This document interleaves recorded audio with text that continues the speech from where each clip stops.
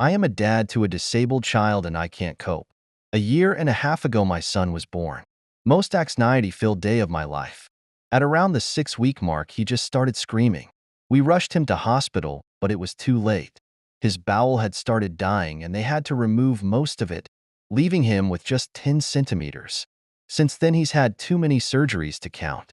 He's remained in hospital and hasn't been home since. He's had constant infections and he almost died twice.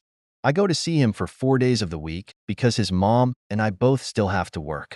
Saying goodbye to him every week and seeing him cry when he realizes I'm leaving kills me every time. Like, it really upsets me. Aside from that, his medical bills have bankrupted us. My sister started a fundraiser to help and then took off with half the cash. All my friends have deserted me.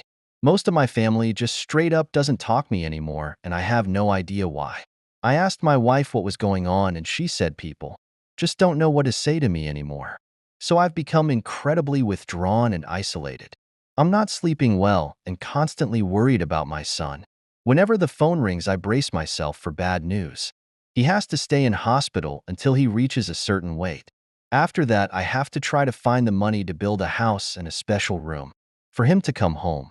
I have no idea where I am going to get the money for this because I'm barely hanging on as it is. I'm also not in the USA or my home country, so I'm getting no financial assistance whatsoever. Each day when I wake up, I hate the day immediately, and it's a struggle every day to get through it unscathed. I honestly don't know what's going to happen from here.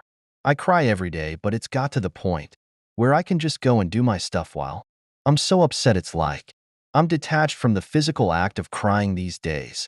I've been so angry about this happening to an innocent baby, and it's caused a lot of problems with my wife. I'm starting to calm down a little now, but the sadness and trauma remain. I am trying to meditate and read daily as well as work out 3 times a week, but I love my son and just want him home.